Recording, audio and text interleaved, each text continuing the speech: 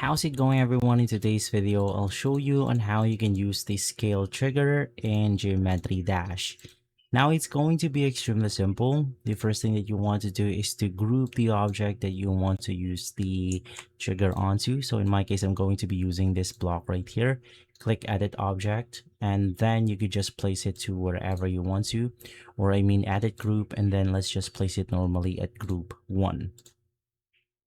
From there, let's just place the scale right here, which allows us to actually activate it by touching. Click edit object, and from here you could do something like touch trigger, and then you could scale the object the way you want to. So the target group ID is going to be 1, and the duration is going to be something like 1.32. I'm also going to apply some easing effect. And from there, if we play out our level, it should look something like this, where it will then scale the object around 2.1 second. So of course, you can adjust the scale the way you want to, but that's going to be how easy it is.